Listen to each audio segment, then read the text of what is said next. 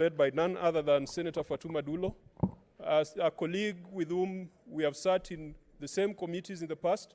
I do recall at some point she was leading a select committee that was investigating reforms in the prison sector and Boston institutions. I was her able vice chair. I know her work ethics. Let's consult in low tones. Let's consult in low tones so that we can. And Mr. Speaker, I have no doubt that she applied the same level of diligence and rigor in coming up with this report. This is the first time that we have had a special committee, an ad hoc committee that has run for 1 full year. If you read this report carefully, you'll notice that the motion to establish the ad hoc committee was carried in September 2019. We are in September 2020. This committee has had more than 365 days to come up with a report, and I think that is the reason why they've come up with a 365-page report. They've been doing 1 page every day for the last 1 year. This report is detailed, Mr. Speaker. It tells us a lot about what happened. And I think anyone who wants to understand the chronology of this particular procurement exercise, what went wrong and what should not have gone wrong, should be best advised to read the 360-plus pages that the committee has brought to us.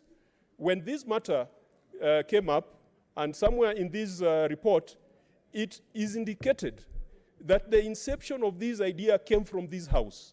Senator Machage, the senator for Migori back then, brought a motion to this House compelling the government to establish a level 5 hospital in every county and a level 4 hospital in every sub-county. And the Ministry of Health used that as justification for some of the actions that were taken. However, Mr. Speaker, our 47 counties are not all equal. Indeed, a former senator who is currently a governor described this exercise as being similar to a husband of many wives buying the same size of dress for the various wives. Mr. Speaker, you well know that a dress that would fit Senator Order, Senators. Because of the interest, I'll give 5 minutes each. It's a lot of interest. And Mr. Speaker, that applies to the next speaker, not to the speaker on the floor. I'll give you 6. I'll give you 6. The tradition in this House. So, Mr. Speaker, a dress that fits Senator Kajwang definitely cannot fit Senator Morgan, what's your point of intervention?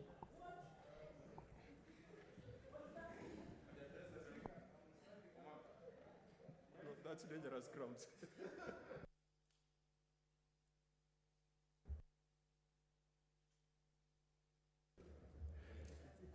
Yes, Mr. Speaker, I'm rising under Standing Order 106 on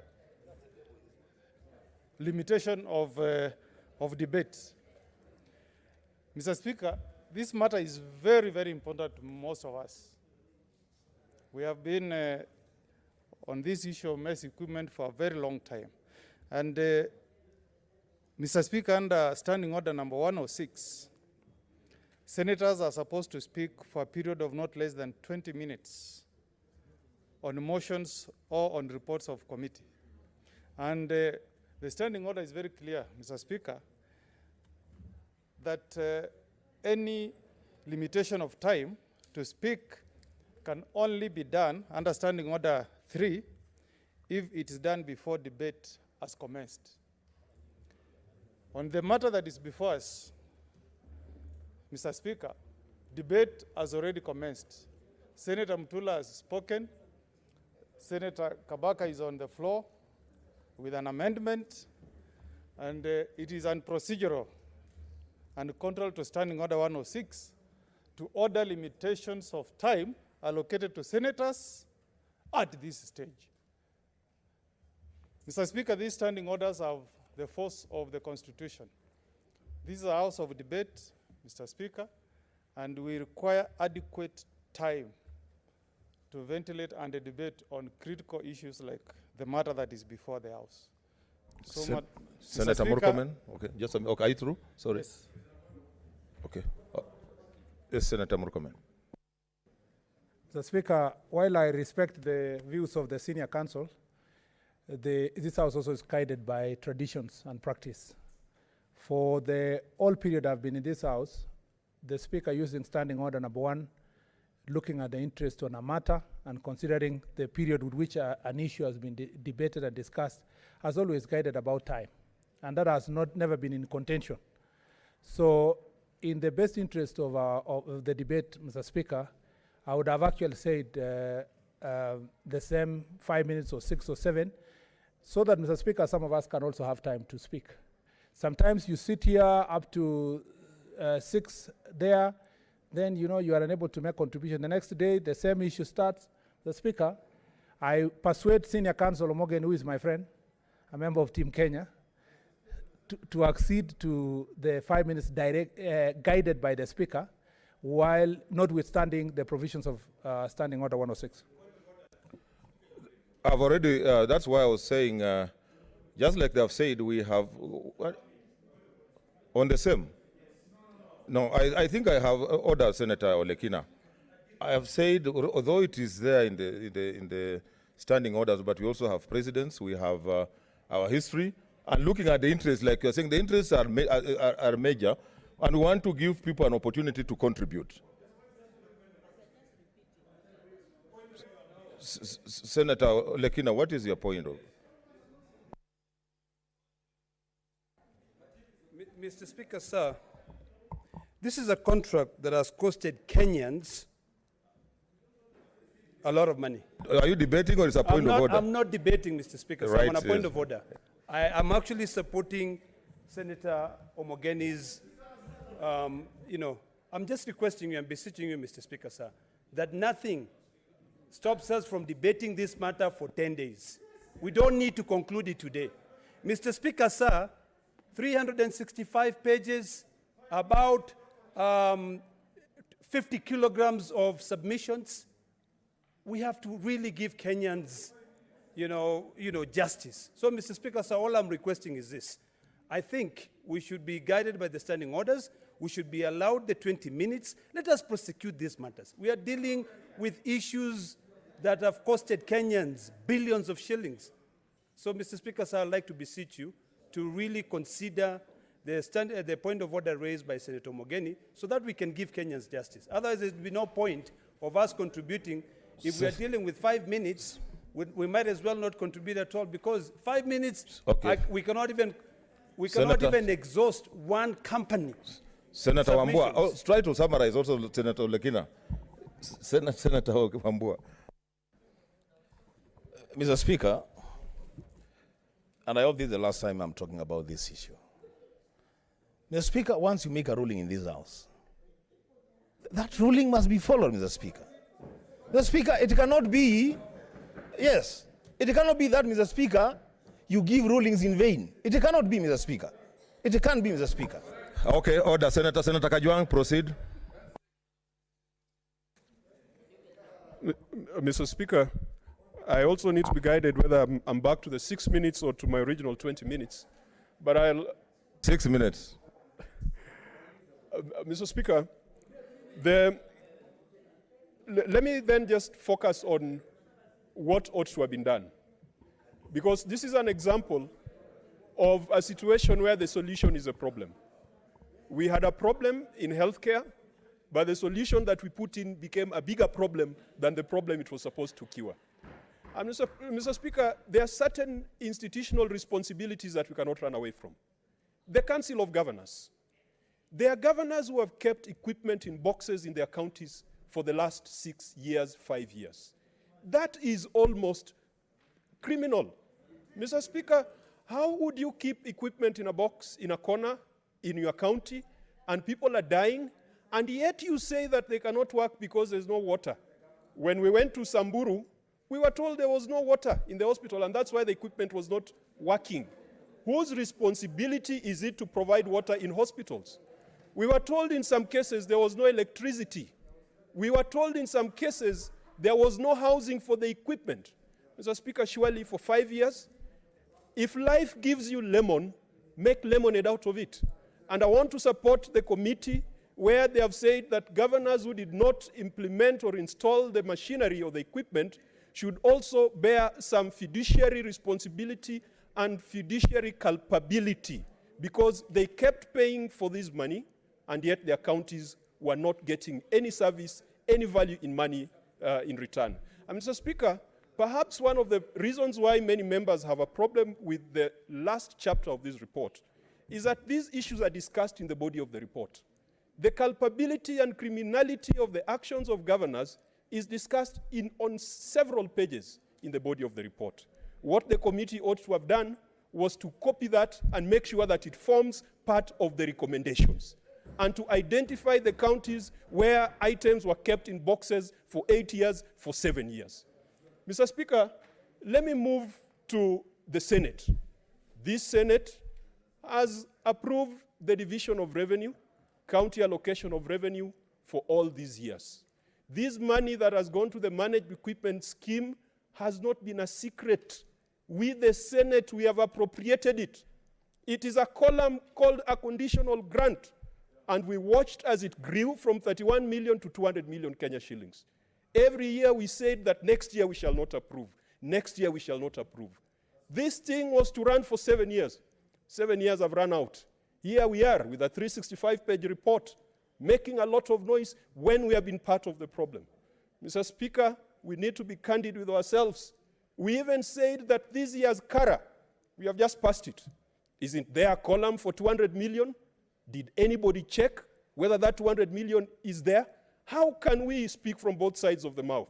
Criticize the government for putting 200 million shillings per county, and on the same day, in the same afternoon, pass CARA with those amounts. We have failed the nation. And Mr. Speaker, let us take this moment, let us use this report to think about how we can prevent such things happening in the future. That mistake has been made by the executive, has been made by the governors, has been made by the Senate, and has been made by the county assemblies. Mr. Speaker, in many of our counties, and I went to about 4 or 5 counties when I was the chair of Public Accounts Committee, the county assemblies have never interrogated the utilization of the equipment that has been sent to their counties, and yet their counties continue to pay money. And so, Mr. Speaker, this is a good report, but as the Americans say, it is all heart and no cattle.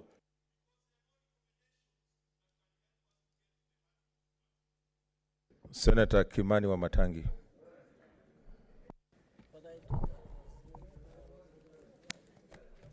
Sorry. Thank you, Mr. Speaker. Mr. Speaker, I first also want to congratulate the committee for the work that they've done. And indeed, all those days that they took, Mr. Speaker, to come up with that report, we cannot summarize in our debate this afternoon, Mr. Speaker, and condemn the committee in its entirety and the work they've done, Mr. Speaker. One, Mr. Speaker, the discussion Let's consult in low tones. Mr. Speaker, the debate by this House on mess has been a long debate, Mr. Speaker. We've debated this, as Senator Kajwang has said, for a long time, Mr. Speaker, and none of all these issues has either happened or started to the exclusion and knowledge of the Senate, Mr. Speaker. I want to acknowledge that I'm one of the senators who, alongside Senator Kajwang, when we were serving in the Public Accounts Committee, went around the whole country. And we inspected this equipment in every hospital, Mr. Speaker, around the country. We went to Samburu, we went to Eldoret. And Mr. Speaker, I noticed in the report that there's a column where the committee has noted, indeed, for example, in the county of Mombasa, where we visited ourselves, that they give the county government of Mombasa a thumbs up, Mr. Speaker, for having made good use of this equipment, put it to proper utilization, Mr. Speaker. And thus, as an example, that as said by members in their contribution earlier, Mr. Speaker, that this is a good project, it was a good idea, but handled wrongly, Mr. Speaker. Mr. Speaker, I want to just say a few words, especially on the process of implementation of this project, Mr. Speaker, because I think this is where we got it wrong. Mr. Speaker, we must say very loudly that at no other one time in the future should we allow public funds to be put to use in a hurry, Mr. Speaker. The kind of haste that was witnessed when this project was conceptualized, when this equipment was distributed, Mr. Speaker, the lack of inclusion, Mr. Speaker, in this discussion. For example, Mr. Speaker, what does Article 96 then mean to this House or to the country in the Constitution if, for example, in such a project of such magnitude, the Senate is not included, Mr. Speaker? Why weren't senators asked, Mr. Speaker, when this project was being conceptualized, to give a report, Mr. Speaker, based on what oversight role this House is bestowed upon, Mr. Speaker, by the Constitution, and then that would guide how this equipment would be distributed, Mr. Speaker. Secondly, Mr. Speaker, the question that abounds in my mind as I make this debate is, who was making or calling the shots on the decision? If a seller comes and says that this item I sell for 100 million, who was saying that 100 million is what this county can afford or cannot afford? Who was making the decisions to buy? And because, Mr. Speaker, I've seen in part of the reports of this committee, they have taken on condemning some of the companies. I saw during when I was going through the report and part of the seconding by the Senator for Bungoma, he singled out a company like General Electric, Mr. Speaker. And if a vendor comes with a price, it is the responsibility of the buyer to make a decision and say, I cannot afford you, Mr. Speaker. And once you have said that you can't afford, period. And Mr. Speaker, I believe that if prudence was applied, if there was inclusion, Mr. Speaker, if there was consultation, Mr. Speaker, then what we saw, and I don't want to be repetitive of what Senator Kajwang said, but I believe that we would have had a super project, Mr. Speaker. There is no county that will tell you this afternoon that if you go to their warehouse where they've stored their X-rays or their MRI machines, it is not that those equipment is not needed in that county. Every county here needs an MRI machine, Mr. Speaker. Every county needs an X-ray machine. In fact, there is a shortage even after the supply of this particular equipment. There's no county that will tell you that they have more than they need because they got the MES equipment, Mr. Speaker.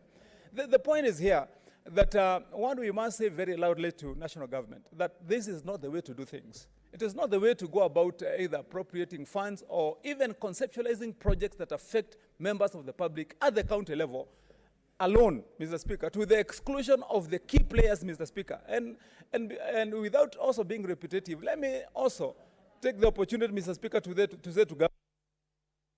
Just 1 minute, okay.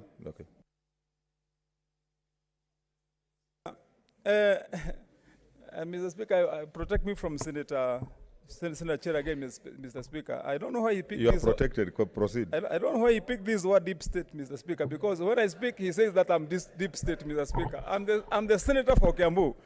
Mr. Speaker, I wanted to say to governors that it behooves them, Mr. Speaker, to take responsibility in the actions or within the actions that happen within the county. They cannot sit behind there and start crying out loud that they were brought equipment that they must take, Mr. Speaker. Who said they must take? They would have said, we cannot take this equipment, Mr. Speaker. And lastly, Mr. Speaker, let me commend, Mr. Speaker, those few counties that took this project and this equipment and did what they did. I would largely agree, and I'm waiting for when the Senator for Machakos brings up his amendment, Mr. Speaker, because also in the report, we must be fair. We cannot condemn all and sundry when some of them are providing services that they're supposed to provide, Mr. Speaker, like lawyers, Mr. Speaker, like suppliers, Mr. Speaker. When you ask to supply something and you've been given an LPO, you go and supply. If you've given a price or an LPO, then you give what you've been. Okay, Senator Olekina.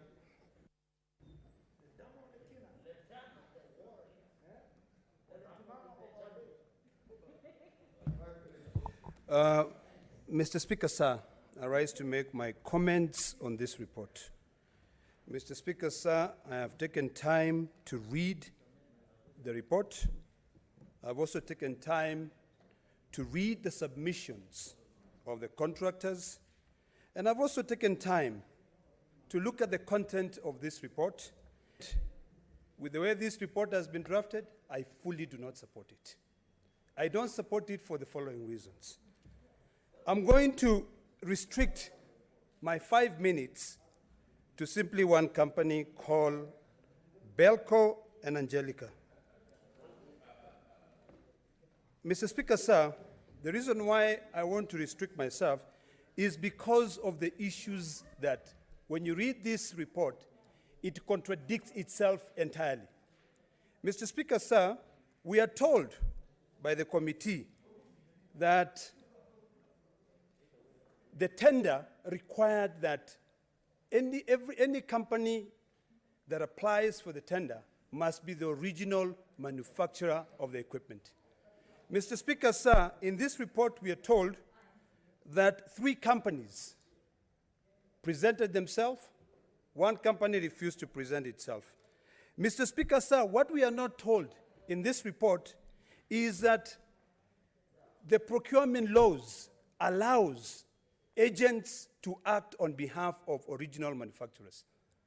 Mr. Speaker, sir, we are told that 1 company called Belco did not give, or the power of attorney given to Angelica came in after the tender was awarded. But in the submissions, Mr. Speaker, sir, and also the documents which are supplied, there is a letter dated 25th November 2014, that was before the contract was awarded, that identified Angelica as the sole agent for Belco.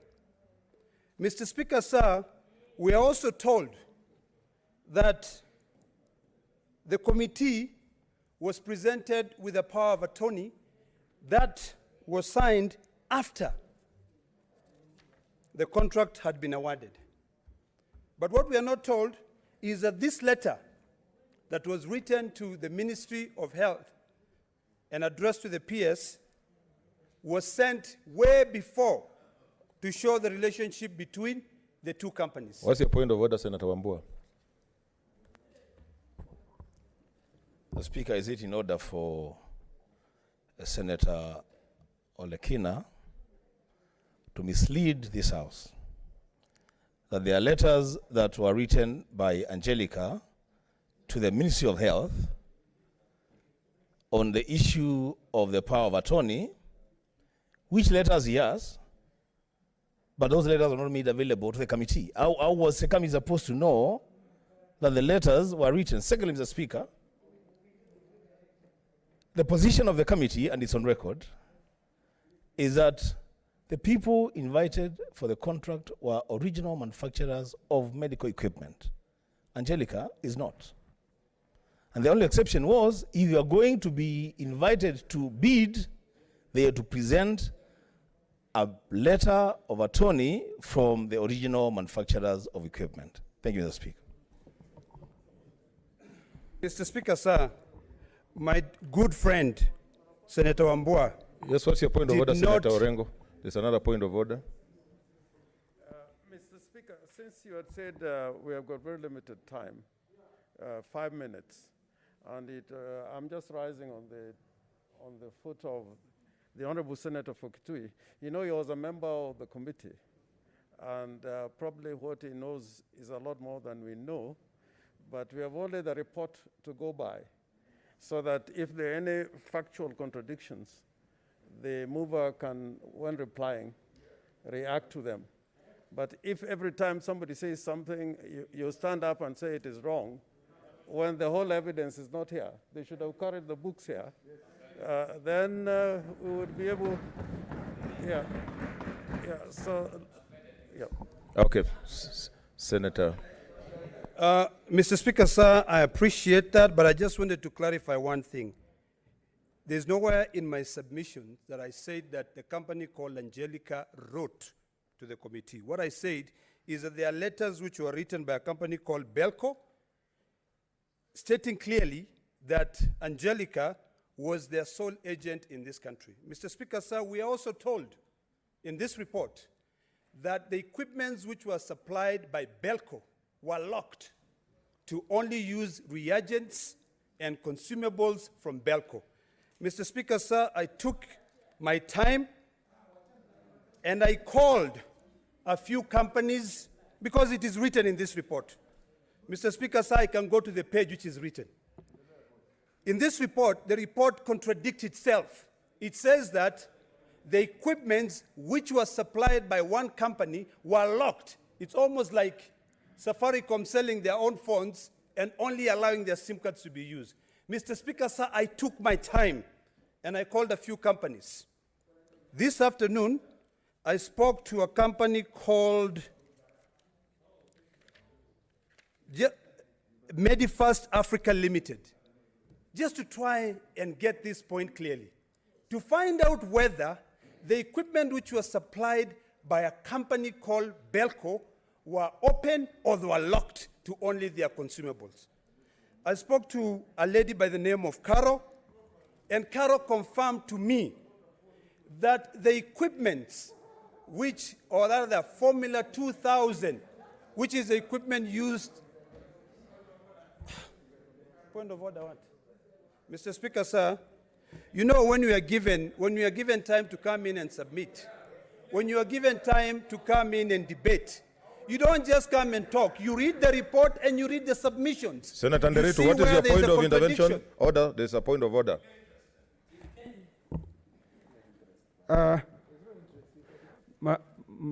Mr. Speaker, I was just concerned whether we are dealing with a report or because somebody called Caro in an institution, we didn't know who Caro is, whether it's true or not. I don't know why we are discussing Caro and maybe her age. I think what Senator Nderitu is the authenticity of what you are saying. You know, you can pick any Caro and mention it on the floor of the House.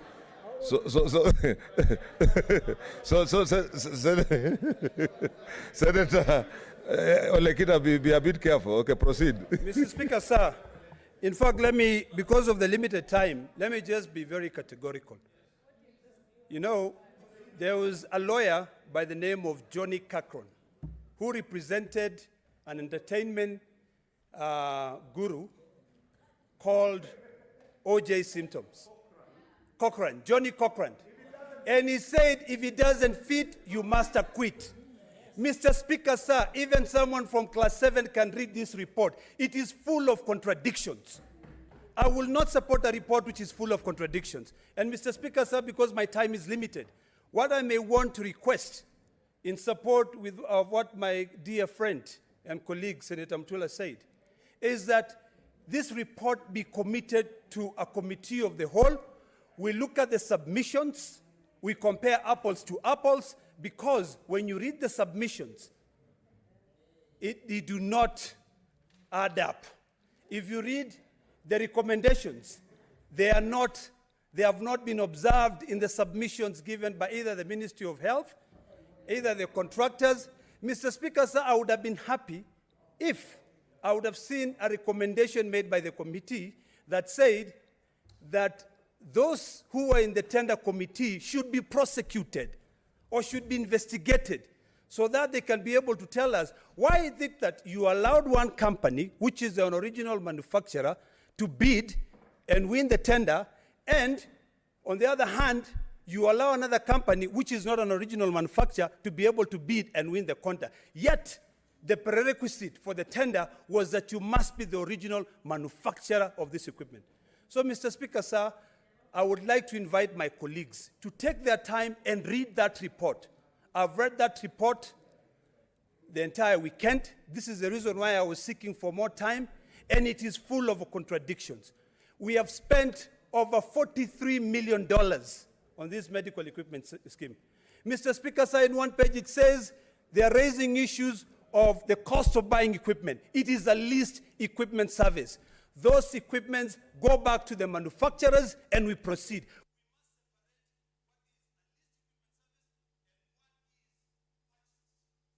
Be coming here and saying that the price of a torch is 1 million. Okay. Yet it is leased. Okay, Senator. Mr. Speaker, sir, this report is bogus. Senator Onesimus Murkomen.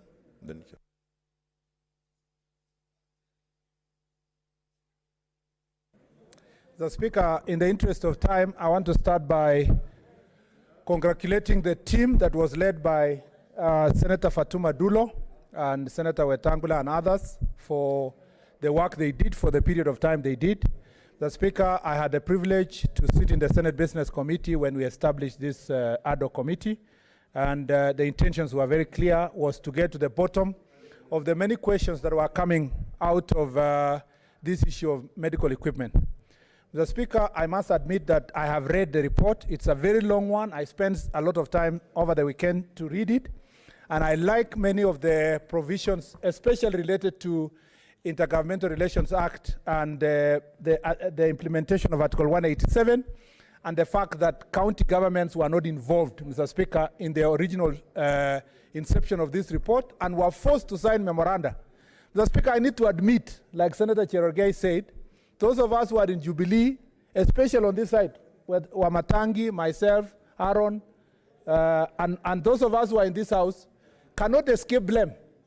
We can't escape blame, Mr. Speaker, because at that point in time, when many of our counties didn't want to sign this medical equipment, some of us went and forced them and told them they must sign. They are anti the people and so forth.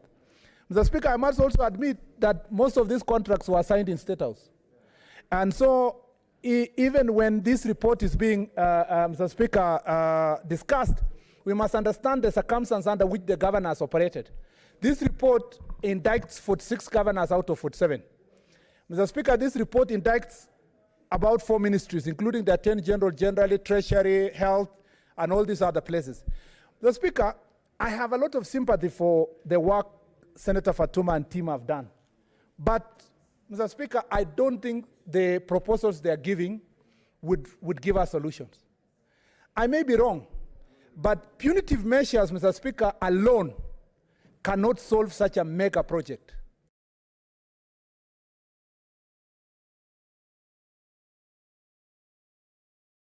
Isiolo in the parts of Garbatula, Elgeyo Marakwet, they went to Chebiemit, Mr. Speaker, and some of the equipment are lying and have not been fixed. But they also give reasons why those equipments are lying there.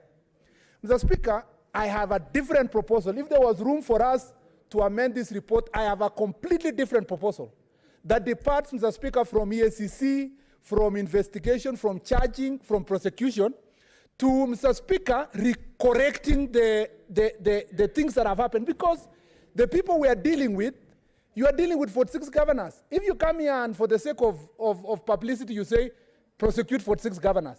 Mr. Speaker, under the circumstances of, they signed the memoranda, including yourself, Mr. Speaker, because you signed and many other governors signed, because, Mr. Speaker, we were told we want to equip dialysis machines to our local area in our counties.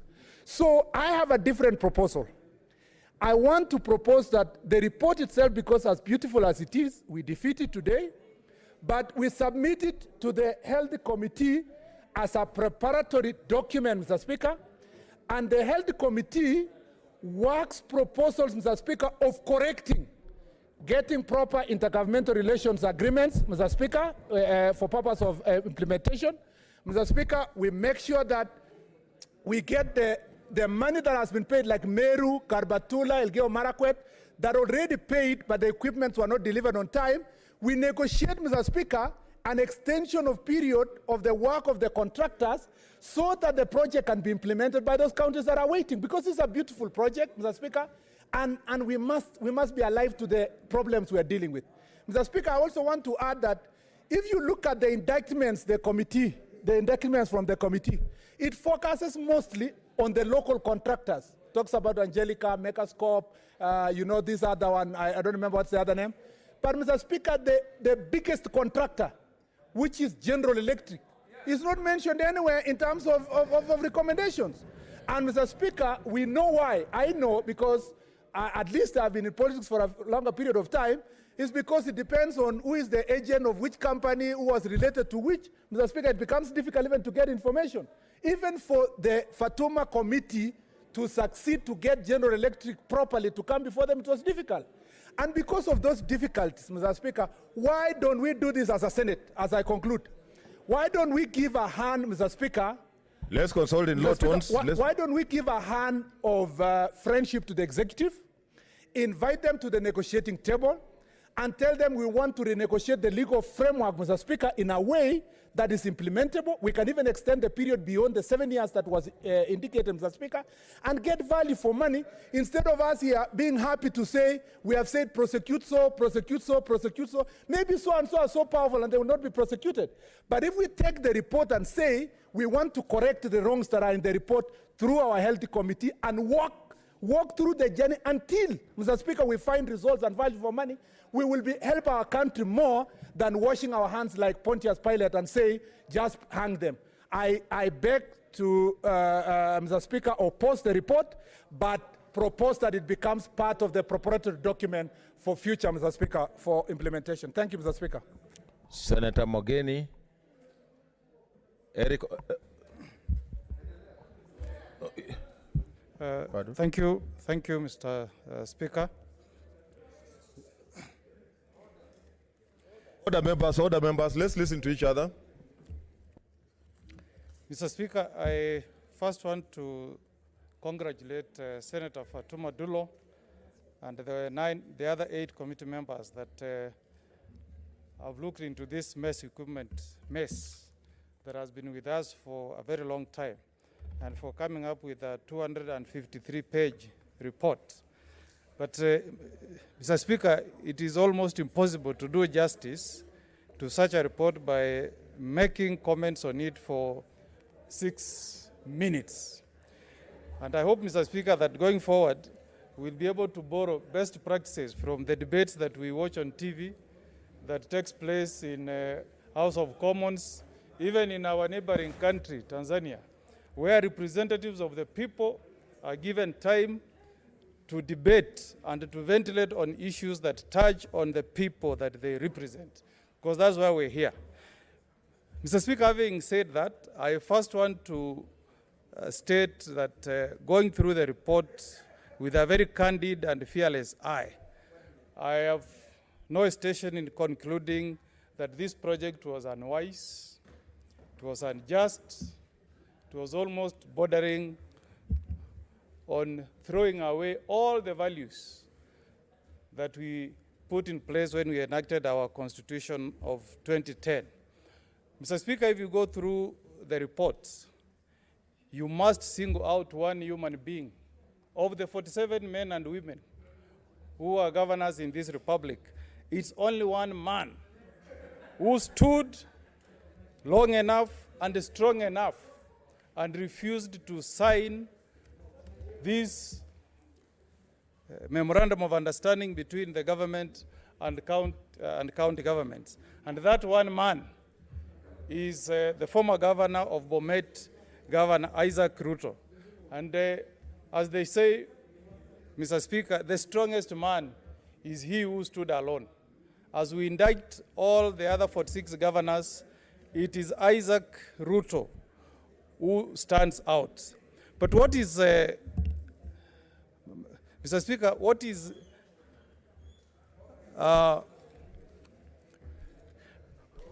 what really pricks our conscience as leaders, Mr. Speaker, is the fact that going through the report, you will notice that the government behaved like a thug. I've read in the report, Mr. Speaker, that in some counties, including the county of Kakamega, the government dumped the medical equipment forcefully at the offices of the county government of Kakamega. I cannot understand, Mr. Speaker, how a government can act so thuggish to the level of carrying equipment and delivering them in the hours of darkness.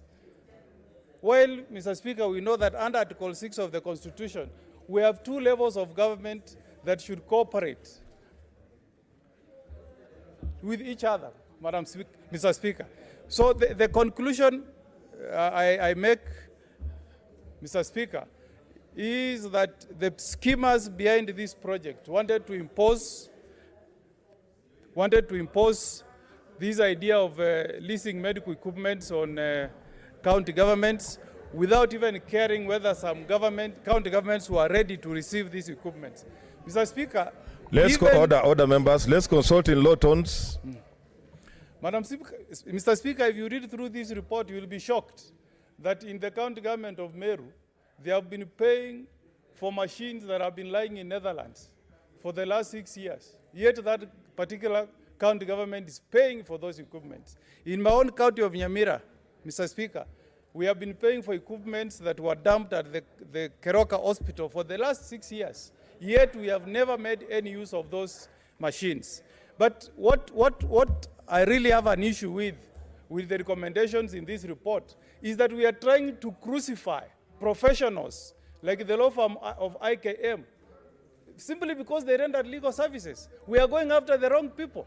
Mr. Speaker, this law firm of IKM, these are local law firm owned by Kenyans that simply rendered professional services to the government.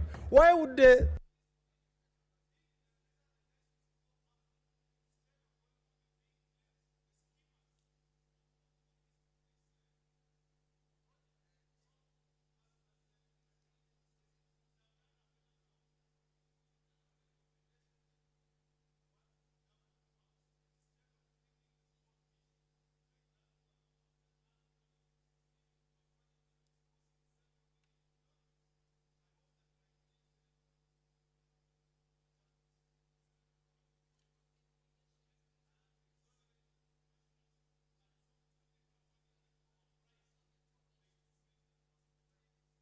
What's your, what, do you want to be informed, Senator Omogeni, by Senator Omanga?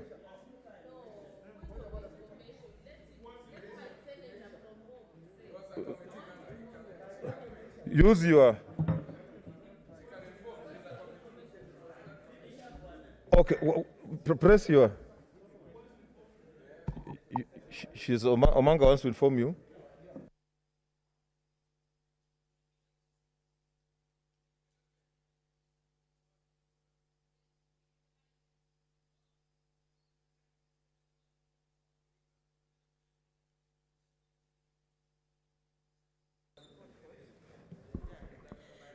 Point of information, Speaker. The IKM, because I was in the committee, actually, it's not that they were engaged professionally. They were engaged over a cup of coffee for 6 months, advising the ministry for 6 months. After 6-7 months, it's when they got into formal engagement, and they actually invoiced for the coffee dates they had with the ministry. Thank you. Okay, Senator Omogeni, your time was up. Huh? What's your point of order, Senator Murkomen? Mr. Speaker, I beg to, Mr. Speaker, to move the motion that pursuant to standing order that 13A, the Senate resolves to extend its sitting until the conclusion of business listed in order number 8 in today's order paper, and request Senator Orengo to second. I request Senator Orengo to second.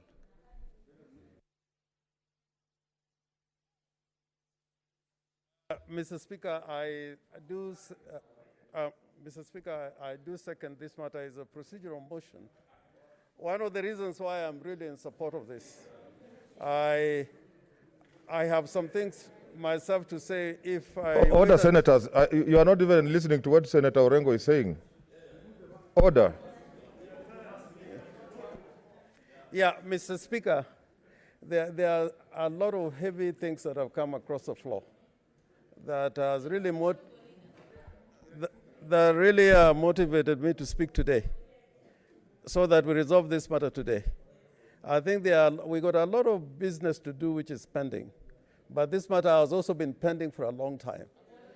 It is a whole year. So I second this motion and beg you that we conduct business until conclusion of this matter today. Honorable Senators, I propose the question which is that pursuant to Standing Order 31(3)A, the Senate resolves to extend its sitting until the conclusion of business listed on order number 8 in today's order paper. As a matter of that opinion, say aye. Aye. Oh, okay. I put the question, which is that pursuant to Standing Order 31(3)A, the Senate resolves to extend its sitting until the conclusion of business listed in order number 8 in today's order paper. As a matter of that opinion, say aye. Aye. As a matter of a contrary view, say nay. The ayes have it. Senator Cherargei.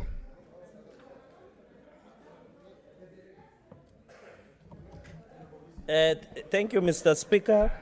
From the onset, I want to congratulate the committee for trying their best. Order, Senator Langat. Order, Senator Langat. I know we came from Bomet, but This is I hope Senate you are now. freezing my time. You cannot address the House the way you addressed in Bomet. I hope. Continue, Senator Cherargei. Thank you, Mr. Speaker. I want to say I've taken my time to read this 365-page document by the committee. And, Mr. Speaker, the Constitution has given us powers that we should exercise on behalf of Kenyans.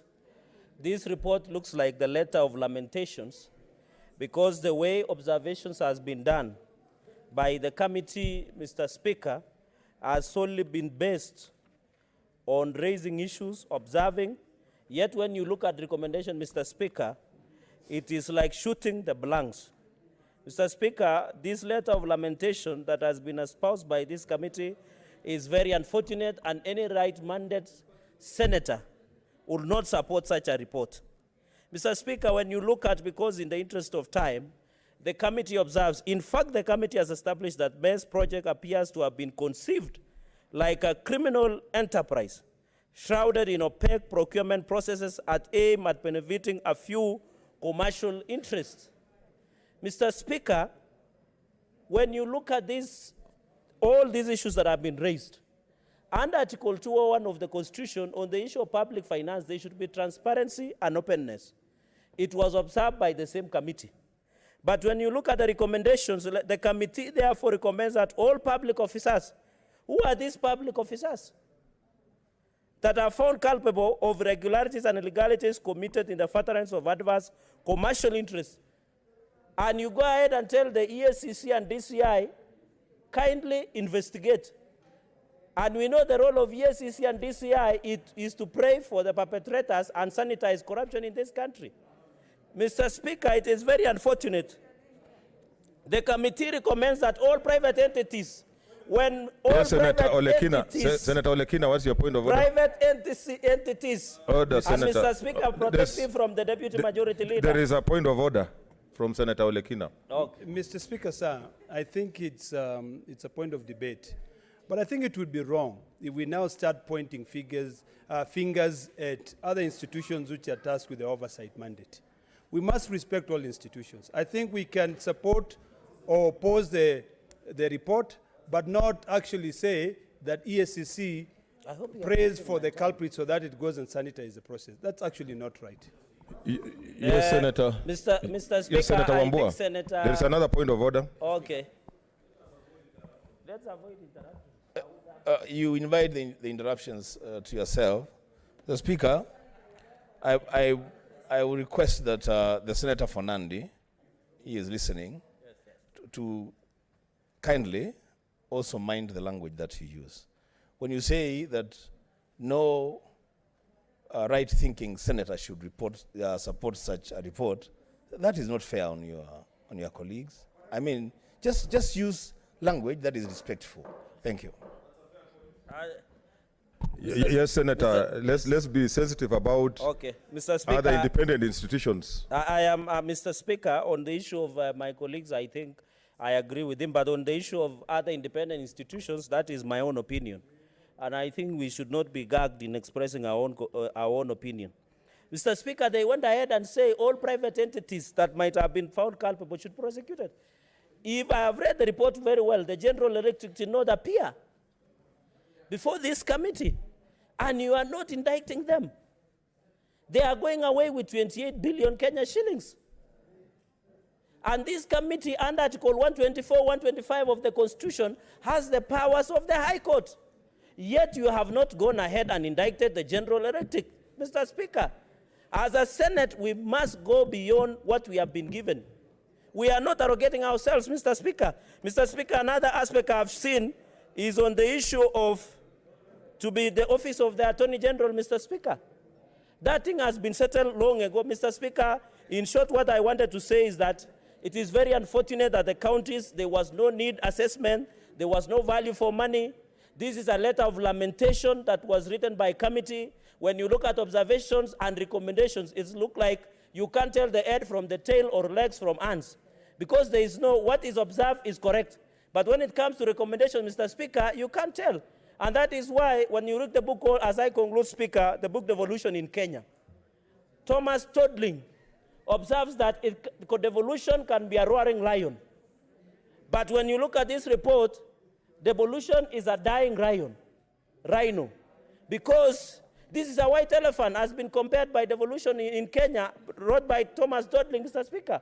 And therefore, Mr. Speaker, this report, the way it is, I request that under Standing Order 58, after the 6 months, Mr. Speaker, in your discretion, we must bring back this report and relook at it, Mr. Speaker, so that the right people can be punished, the correct private entities can be punished, and the value for money that is given for these people should be ensured, Mr. Speaker. Mr. Speaker, yes? You want to be informed by Senator Cheriot? Yeah, I don't mind. Okay. Just a quick one. Senator Cherargei says the application of Standing Order number 58 is after 6 months. It is 5821 is actually within. It gives the Speaker the option to review the matter even before the 6 months lapses, if that is the route you wanted to take. Thank you, Mr. Speaker. Thank you for that information for my colleague. I think finally, Mr. Speaker, this was a grand scheme that was aimed to fleece counties.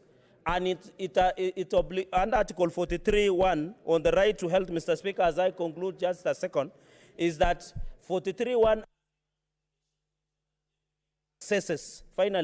accesses good health care, and therefore I oppose and reject this report in totality. I thank you, Mr. Speaker. Leader of Minority, Senator Rengo. Mr. Speaker, I rise first of all to congratulate this committee. This committee did a wonderful job.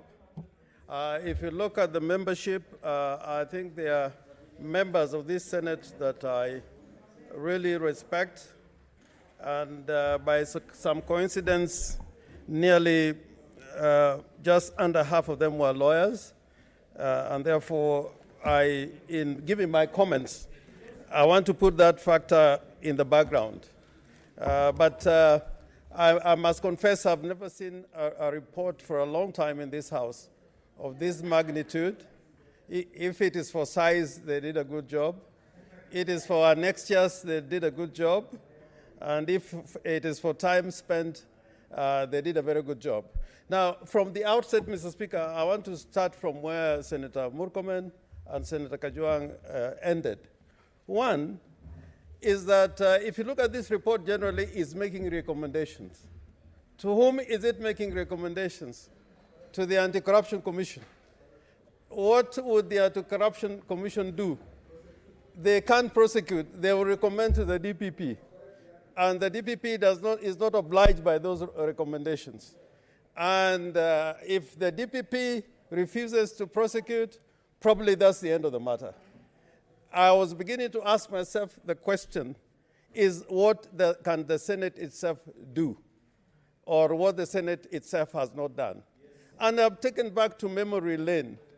If you look at the Goldenberg scandal, it emanated from legislation that enabled the government to pay compensation to exporters of gold. There was a legal basis, but a legal basis which was wrongly used. In this report also, if you look at the public servants who came before the Senate, where did they start, when they were giving evidence? They say there was a resolution of the Senate as a basis, that they were doing this on the basis of a motion which was passed by the Senate, Machage's motion. Now, Senator Kajwang has also reminded us that, we have been appropriating, if that is the right word, funds to go to this project. So when it comes to making accusations, we also stand accused. The executive also stands accused. Because if I look at this project, a project of more than 38 billion, we should have been told that, there was some cabinet approval of this project of this magnitude. When the Senate is looking for 5 billion additional to go to the counties, it is never, we can't get it. But suddenly for this project, the billions were ready, even without the governors asking for it. There are constitutional questions that are raised in this report which we should not really put under the bus.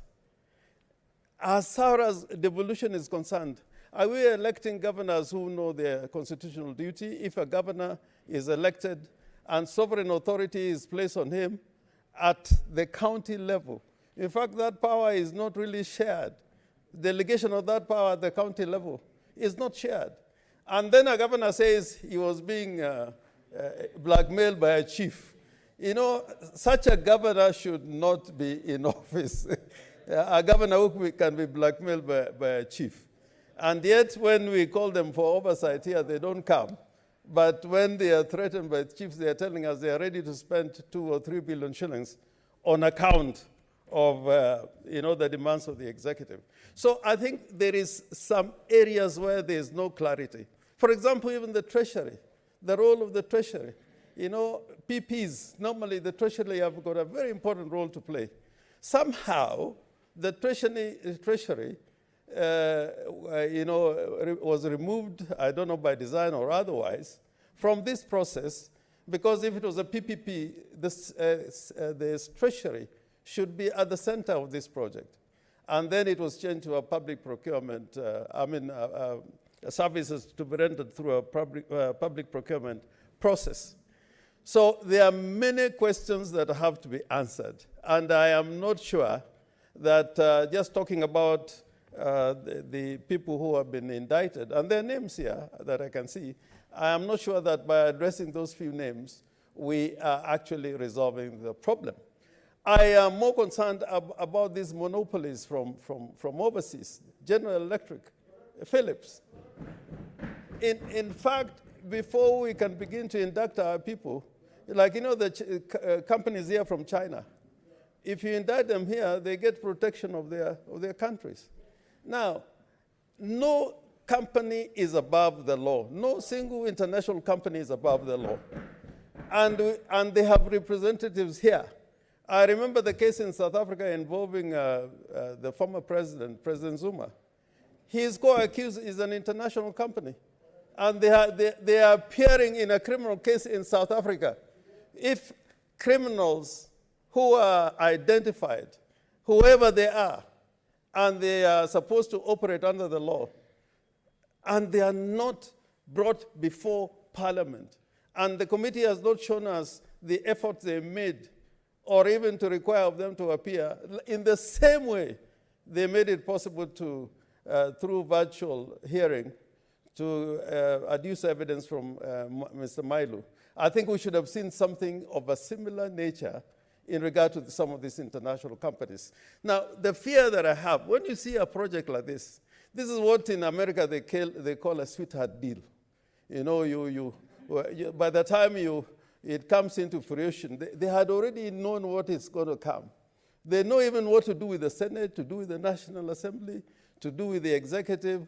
And when the project is to go for feasibility study, they say that is not even necessary. And to that extent, I'm begging that in future, and I know we need trading partners and donors, but they must operate within our territory under the law. Now, if they are the ones who appoint local agents, because a lot of these companies, they were told they are local agents of these international companies. And this report is not coming out with a proper indictment of these international companies. But, Mr. Speaker, I must confess that if you read this report, it shows what is wrong with us. A proper study of this report.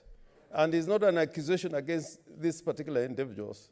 This is an accusation of how Kenya operates. Really. If you're really to evaluate this report, everything, even what is going on in Kemsa, really, now, forget about this one. This is what is Kenya. It's not another country. This is Kenya. And Fatuma Dulo, senator, if you have not succeeded in anything else, it's just telling us this is our DNA. This is our DNA. And we can make billions of shillings and have a debate on it, and by the end of the day, nothing happens. In fact, the prosecutorial arms of government and investigatory arms of government, they have more information than we have. What have they done? What have they done? We're just sitting here and hoping that somebody will do something about this. I want to ask you to look at the motion that is before us, that we adopt the report of this committee. What is that? Okay, as the leader, I'll add you 3 minutes. So, Mr. Speaker, I want to ask some of the lawyers in this House. Probably we need to borrow from the United States of America and some of these jurisdictions, where Parliament actually can appoint a special counsel or a special prosecutor.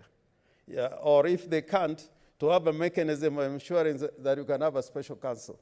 So that in this matter, instead of making these recommendations, we will be directing a special counsel to investigate, and we come out with a solution that makes sense to the people of Kenya. Because if you take it to the Anti-Corruption Commission, probably the prosecution will be very selective, as it is most of the time. And there's a time when I say, you know, sometimes this fight against corruption is very seasonal. When it comes, people are excited. And the next round, another bunch comes. Third round, another bunch comes. And it goes on and on. So, Mr. Speaker, for those reasons, I propose that this report becomes part of a record, which can be used by this House and any other agency, but to leave it as the way it is, rather than I oppose it and leave it to the House to make note as record. Senator Linturi.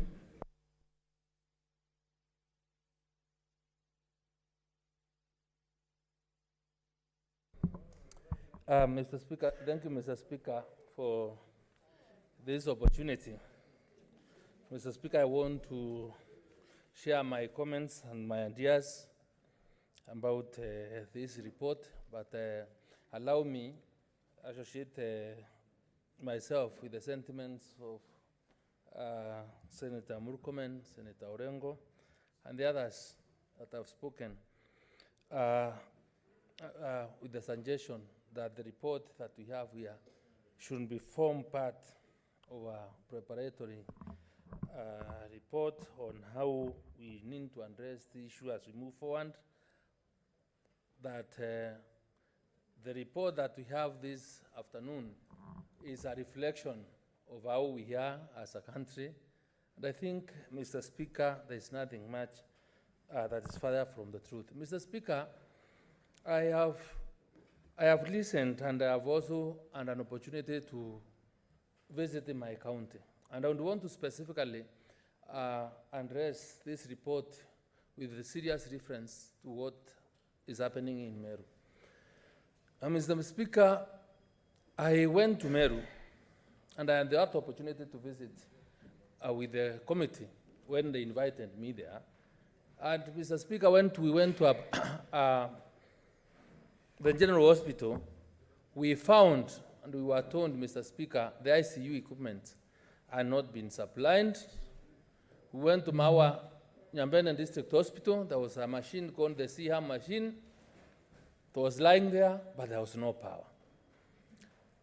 Mr. Speaker, you remember that this scheme, this project, was one of the serious projects of the Jubilee administration. And no wonder these contracts were being signed in State House. The whole intention was to give or provide accessible health care to our citizens, which idea was good, which we all support, Mr. Speaker.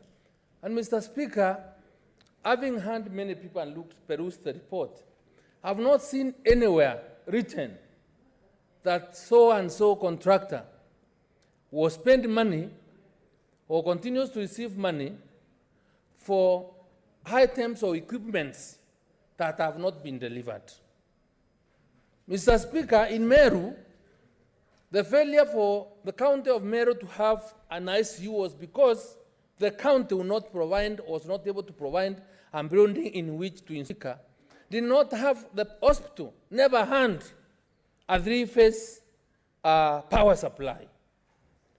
Mr. Speaker, when I went to the hospitals, I can see our patients, our mothers, our brothers and sisters get dialysis services in our hospitals. What I'm basically saying, Mr. Speaker, is that this problem cannot only be attributed to the supplier by saying probably if you want to supply. The suppliers have in one way or another performed their part.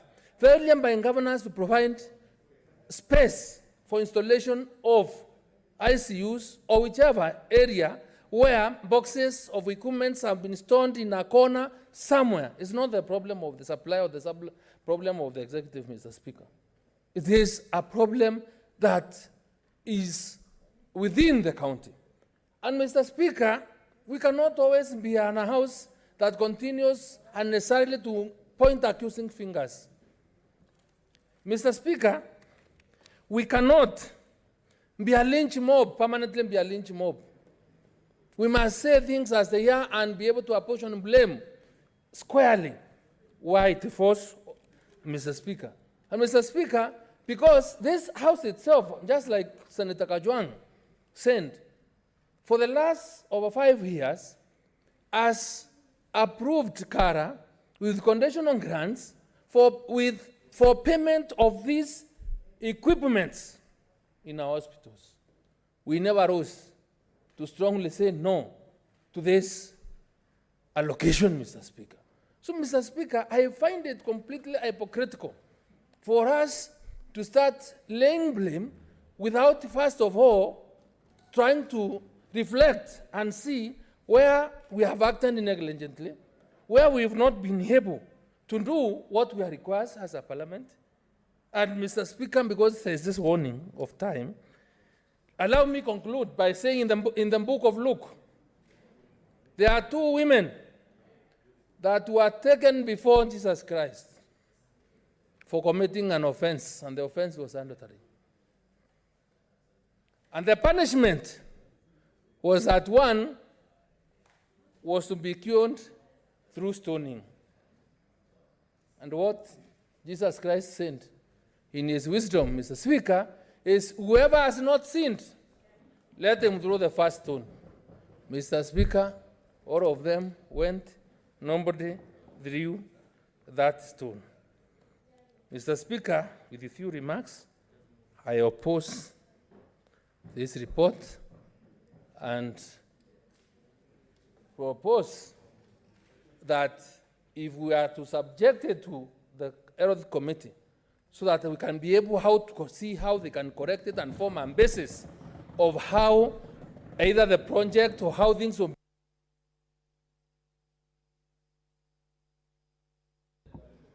Senator Rose Nyamunga. Mr. Speaker, thank you so much for giving me this opportunity. First of all, Mr. Speaker, I've been serving in the committee, the Finance Committee, and for a long time we raised a few issues on the leasing of medical equipment. And for a long time, there were no proper answers. But then what comes to my mind, that is a responsibility of the national government to come up with policies. And sometimes these policies can affect the running of the government at the national level, or it can be at the county levels. Mr. Speaker, after looking at the report, I had an opportunity to go through it, maybe not in detail, but looking at whatever I could pick from this report, just as Senator Orengo put it. It's a very huge report that sometimes you get lost in some areas and you really do not understand exactly where to put the blame. It is the responsibility. When we passed our constitution and came up with county governments, it means that we formed some small governments within the national government, making this country having 47 governments. So the people running the county governments are grown-ups and people who have been charged with a lot of responsibility. So, Mr. Speaker, where I don't agree with the governors, because first of all, the governors have never raised any issue to do with mess. Actually, it has been at the Senate that we keep struggling and coming up with the questions about the whole thing. And Mr. Speaker, this is not the first time that as a Senate, we struggle to get answers on behalf of the governors. For example, if it came to the point of the amount of money that should go to the county governments, it was us, and yes, it is our responsibility. But even if it is our responsibility, the county government should also give us a push so that when we are struggling to get more resources for them, they should also have an input in it. And even this time, when we were looking for more extra money for the county governments, they were the first one to run and leave us on the table trying to negotiate for them. So, Mr. Speaker, if it is a matter of putting up buildings to install the equipment that had been negotiated and brought to county governments, I think it is the responsibility of the governors to put up the buildings. If it is a matter of three-phase, you cannot tell me that a whole governor cannot even within a matter of days look for three-phase and install them wherever it is required. At the same time, you cannot tell us that a whole governor can stay for 3-4 years without doing a borehole. A borehole costs like 2, 3, 4 million, depending on where it is, Mr. Speaker. So I think sometimes we fight battles which are not ours. And I think we want to babysit some of these governors. In my own county, Mr. Speaker, the equipment is working because our governor put everything in place that was required for the equipment to be operational. If it is a matter of training, it is not the national government to come and train for the county governments, medical technicians to operate the equipment. So I think we should always be careful and put blame where it is. Where the government, yes, they do a policy, and they see that we need better equipment, and we need to empower our county health facility, which is a very big problem in this nation. And it is a very big struggle for each and every county to be able to run medical facilities in a manner that citizens get help whenever they need it. So, Mr. Speaker, for me, I cannot, first of all, I cannot support this report on one simple thing, that what was the origin, who was the origin, and what was the intention of writing this report or coming up with this report. Because there was an intention, yes, to bring us a report, but we don't know what was the underlying intention to have this report. So some of those questions should also come to the light so that we understand. Because for how long are we going to be fighting battles for the governors? And for how long are we going to babysit these governors when they should be taking their responsibilities, Mr. Speaker? I thank you so much for giving me this opportunity. Senator Millicent Omanga, then.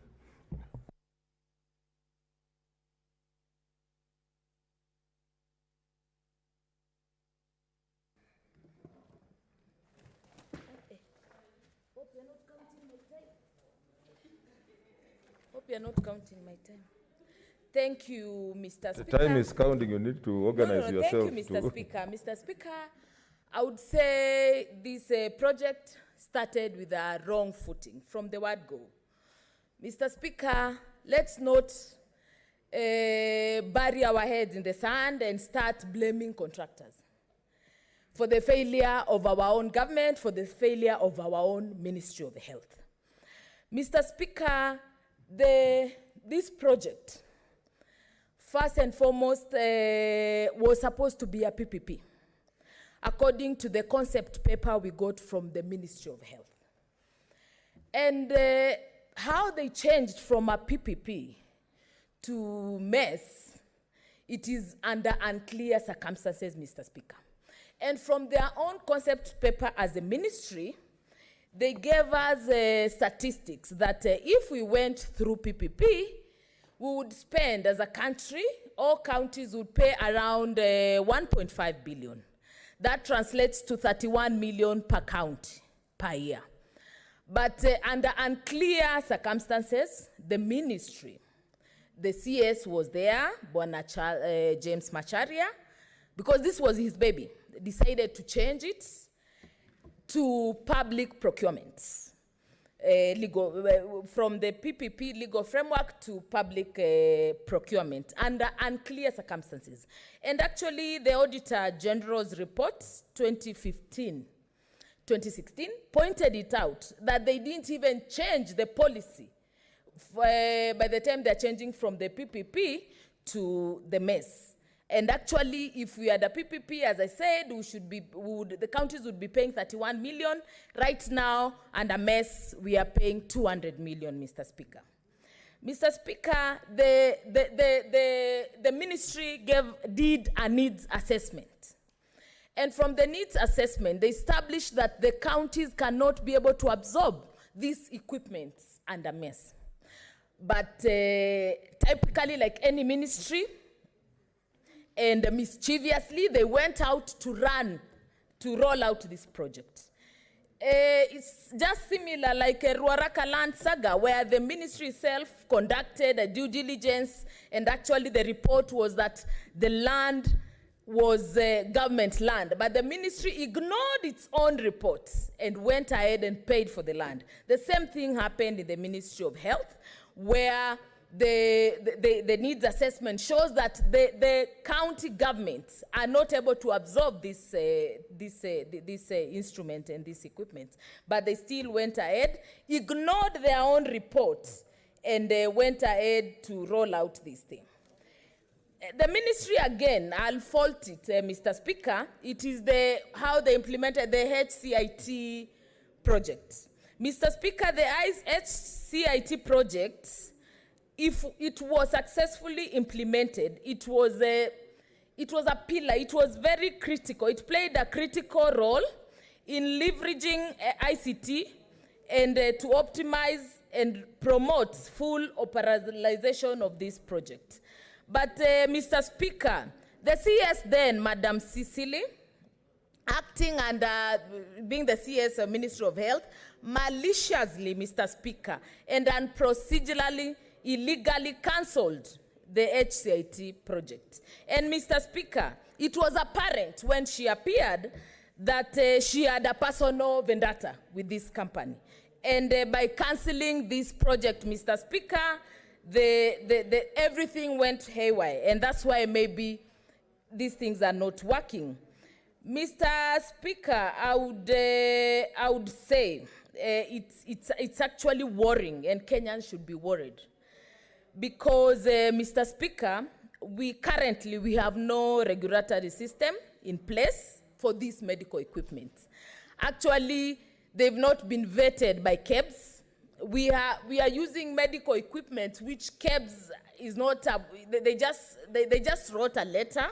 The minister then wrote a letter actually to exempt this equipment to go through KEBS. Mr. Speaker, let's give credit where it's due. Mr. Speaker, we have also positive impact of these projects. The implementation of Lot 5 of this contract has a very positive impact on service delivery, Mr. Speaker. And I'm sure every senator here would attest that the renal machines and dialysis in their counties are working. Mr. Speaker, there is also accessibility of the critical care, which is also improved under Lot 6. The ICU is working.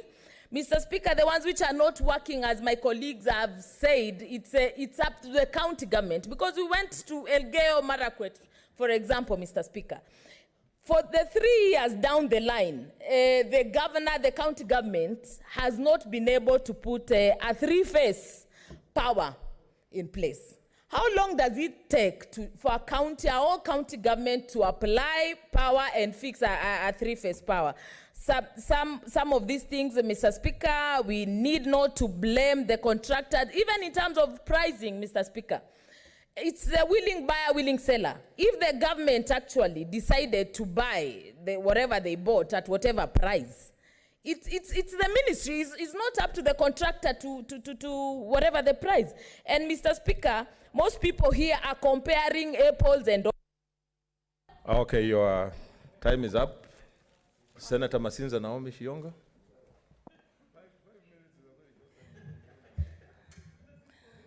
Thank you, Mr. Speaker, for giving me this opportunity to contribute on this report.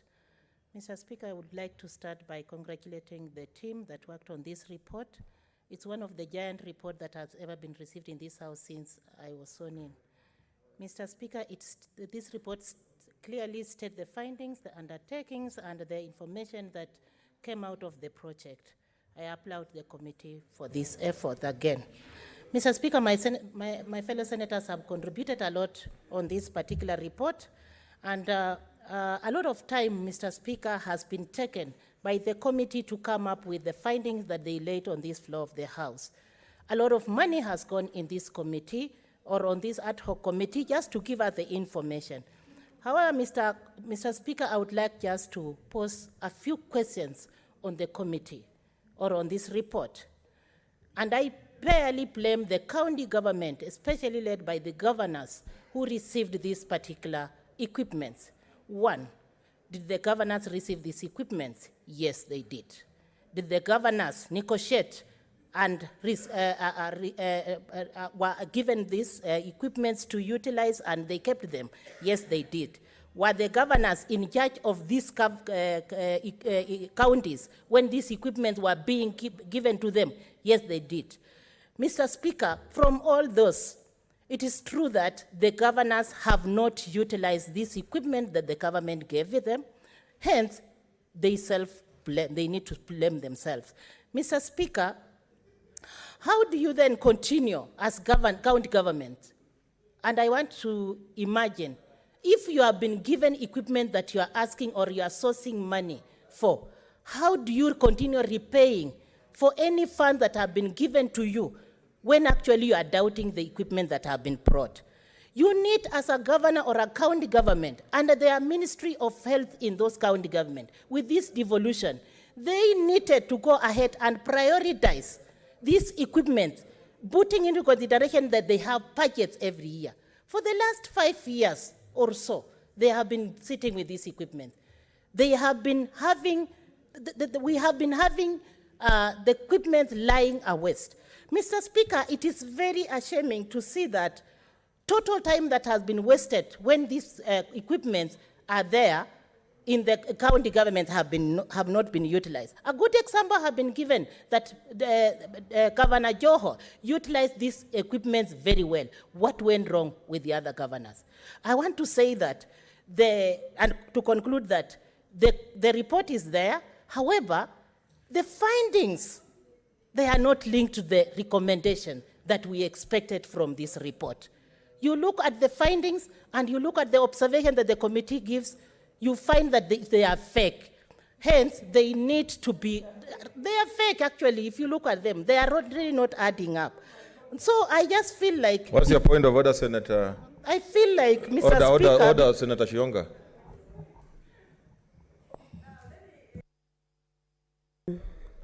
Agree with the issues raised by Senator Naomi. But for her to say that the recommendations are fake, I mean, it's out of order. She should say she doesn't agree with the recommendation. But for her to say they are fake, she's out of order. Thank you. Yeah, Senator Shionga, you don't have to use such strong words, just parliamentary language. Mr. Speaker, I withdraw, and I feel like I do not agree with the recommendation as a person. Mr. Speaker, just to conclude, it is that the county government, as much as we are struggling here, getting a very unfavorable atmosphere on the floor of this House, just because we are struggling for the money to go there, they need to up their game, especially on the money that deals with sections that are devolved and they are headed by them. Mr. Speaker, I want to conclude by saying that I do not support this report, and I argue that next time when we have such a voluminous report, it's good for us to digest and make recommendations that are worth the country, worth the citizens, and worth the devolution that we are yearning to. Thank you, Mr. Speaker, sir. Senator Mwaura Johnson. Senator Mwaura. Mwaura. Thank you, Mr. Speaker. Mr. Speaker, I heard Senator Mwaura Johnson. I was wondering whether it's John is Mwaruma. Just a minute, by the way, I don't even see your name. Okay. It's Mwaruma. Senator Mwaruma. Okay, so. Your name was there, but now I don't see it. My name? Switch off your mic. Can we see? So, Chair, Speaker, if you switch off, I'll be off the record. So let Mwaruma, since I said Mwaruma Johnson and I don't see your name, let Mwaruma talk, then I give you an opportunity. Asante Mheshimiwa Spika kwa kunipa huu fursa ya kuchangia hii ripoti ya MES. Mheshimiwa Spika, huu mradi ulikuwa ni mradi mzuri sana. Mradi ambao ulipelekea kusaidia counties kupata vifaa na kuhakiki kwamba vituo vya afya vinapata vifaa vya kuboresha huduma za afya. La haula, Mheshimiwa Spika, huu mradi haukuwa na mpangilio ya kutosha kuhakikisha kwamba unafaulu. Kwa mfano, Mheshimiwa Spika, tumeambiwa na ripoti ya kwamba kuna mahospitali yaliyopelekewa vifaa lakini hakukuwa na miundo msingi ya kutosha kuhakikisha ya kwamba hivi vifaa vinafanya kazi. Kwa mfano, kuna vituo vya afya havikuwa na maji ama stima. Kama huu mradi ungekuwa umepangiwa vizuri ili kufaulu, kungekuwa na mipangilio madhubuti ya kuleta hizo stima ama maji. Na Mheshimiwa Spika, pia kuna watu wa kulaumu kama magavana. Kwa mfano, itakuwaje kifaa cha huduma za afya kisifanye kazi kwa sababu hakuna stima? Ni kazi ya nani kuweka stima kwa vituo vya afya? Ni kazi ya gavana ama serikali za magatuzi. Kwa hivyo, Mheshimiwa Spika, katika kuweka lawama ama dhambi hii, lazima pia magavana pia wapate lawama, kwa sababu ni pesa za magatuzi zilizopelekwa huko na zilikatwa, na vifaa vimekuja lakini havikuweza kutumika. Kwa hivyo, Mheshimiwa Spika, pia sisi kama seneti na kuna maseneta kadha wa kadha wamesema ya kwamba tulikuwa na lawama kidogo kwa sababu tulipitisha pesa ziende kwa kutafuta vifaa vya afya na hatukuangalia hizo bei ambazo ama contracts ambazo zilikuwa zinapitishwa. Huu mradi unahitajika, Mheshimiwa Spika, hata siku za usoni. Kwa hivyo inatakana pia tushikane na serikali ama idara ya afya kuangalia kama ni vipi wakati hiyo miaka 7 ya hii MES equipment itakapoisha, je, tutaendelea namna gani? Manake itakuwa ni vibaya. Kwa mfano, kaunti yangu ambayo iko na vifaa vya kwa mfano labda ICU ziondolewe baada ya hii miaka 5 kuondoka. Kwa hivyo lazima kuwe na mpangilio, Mheshimiwa Spika, madhubuti ya kuhakikisha kwamba vile vyombo havitaondolewa, manake hali ya afya basi itadorora tena. Kuna counties tumeambiwa, kwa mfano Meru, ambazo vifaa vyao bado havijakuja Kenya, viko kule kwa kampuni Netherlands. Nafikiri pia lazima hii mkataba iangaliwe tena ili zile pesa zilizolipwa tayari kwa vile vifaa labda muda uongezwe mbele, Mheshimiwa Spika, ili hivyo vifaa vitumike kwa miaka labda ambayo ilikuwa inahitajika. Mheshimiwa Spika, kuna mapendekezo yametolewa hapa na kamati ambayo kusema kweli hayaeleweki vizuri, manake hayajataja watu wa kuchunguzwa. Na mimi kama ningekuwa naandika mapendekezo, kwa sababu katika kila chapter kuna mapendekezo hapo chini, labda yale mapendekezo ndio yenyewe yalihitajika kutolewa na kuwekwa kwa ile chapter ya mwisho ya mapendekezo. Lakini ile ripoti vile ilivyo sasa, Mheshimiwa Spika, mapendekezo hayaambatani na ule mwili wa ile ripoti. La mwisho kabisa, kama ningeulizwa kama seneta wa Taita Taveta, ningesema ya kwamba tungeunda